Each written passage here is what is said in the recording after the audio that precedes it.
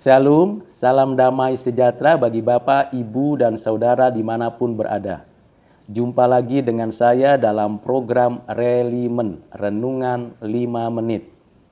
Renungan hari ini mengenai perintah Tuhan. Jangan mencuri. Mencuri adalah sebuah tindakan yang jahat kepada Tuhan dan sesama. Karena orang itu mengambil barang atau segala sesuatu yang bukan miliknya untuk memuaskan hawa nafsu, kedagingan, keangkuhan, dan segala yang jahat. Di dalam konteks masa lalu, orang-orang yang mencuri akan mendapat hukuman dan ganjaran yang datangnya dari Tuhan, baik yang dilakukan oleh sebuah pemerintahan atau oleh masyarakat. Di zaman sekarang ini, ada berbagai jenis perbuatan mencuri. Di dalam konteks pemerintahan dan negara, para pencuri ini disebut koruptor. Mereka mengambil uang negara, lalu memanfaatkannya untuk kepentingan diri sendiri atau keluarganya. Para koruptor ini melakukan tindakan kejahatan pencurian uang negara ini karena dia memiliki kesempatan sebagai pejabat atau sebagai orang yang bekerja di pemerintahan, menggunakan segala fasilitas dan kapasitasnya untuk memperkaya diri.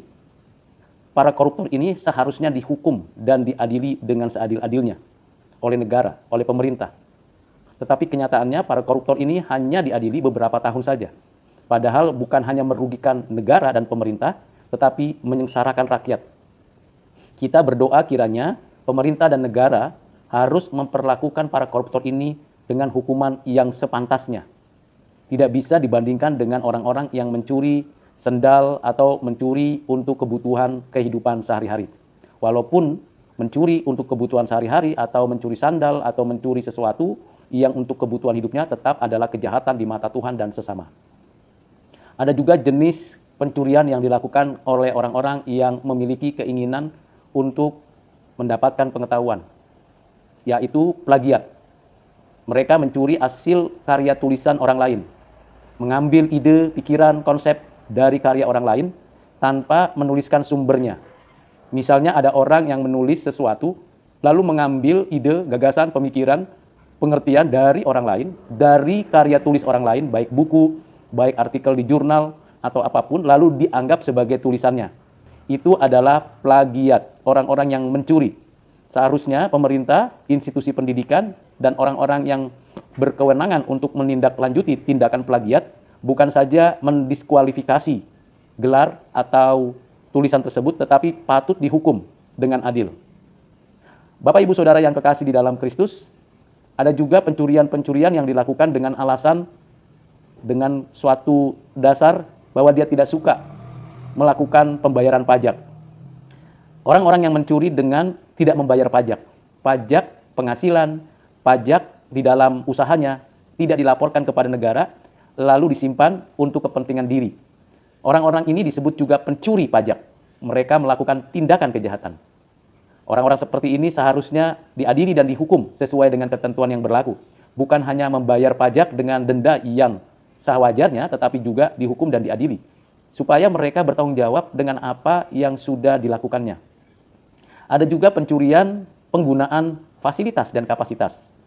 Apakah waktu, apakah jabatan, atau segala sesuatu yang mungkin dijadikan untuk kepentingan diri sendiri. Padahal itu harusnya digunakan untuk kepentingan umum, kepentingan publik.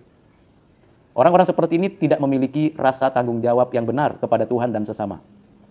Apa alasan setiap orang untuk melakukan pencurian? Pertama adalah rakus. Orang rakus akan selalu berusaha untuk mencuri, mengambil milik orang lain dengan berbagai macam cara. Yang kedua adalah iri hati.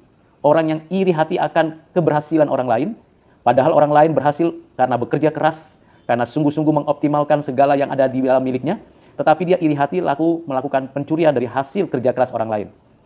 Yang ketiga adalah karena malas. Orang itu malas bekerja, tidak mau mengoptimalkan kapasitas yang diberikan Tuhan, talenta, bakat, karunia yang dianugerahkan Tuhan kepada setiap orang. Secara umum tentunya, malas untuk berpikir mengerjakan sesuatu dengan kreatif. Yang terakhir, orang itu mencuri karena memang menjadi kebiasaan kejahatannya setiap hari.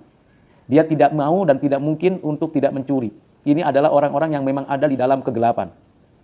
Karena itu Bapak, Ibu, Saudara yang kekasih di dalam Kristus, mari kita tidak rakus, tidak malas, tidak memuaskan hawa nafsu kedagingan dengan cara-cara ataupun dengan alasan apapun yang jahat itu. Mari kita hidup suci, bekerja keras, hidup benar, dan melakukan yang baik. Rezeki, berkat datangnya dari Tuhan. Upaya, usaha kita yang mengerjakannya. Mari Bapak Ibu Saudara, kita bermohon belas kasihan Tuhan, supaya pemerintah, negara, dan orang-orang yang berkewajiban menegakkan keadilan, menyatakan kebenaran Tuhan dengan tepat.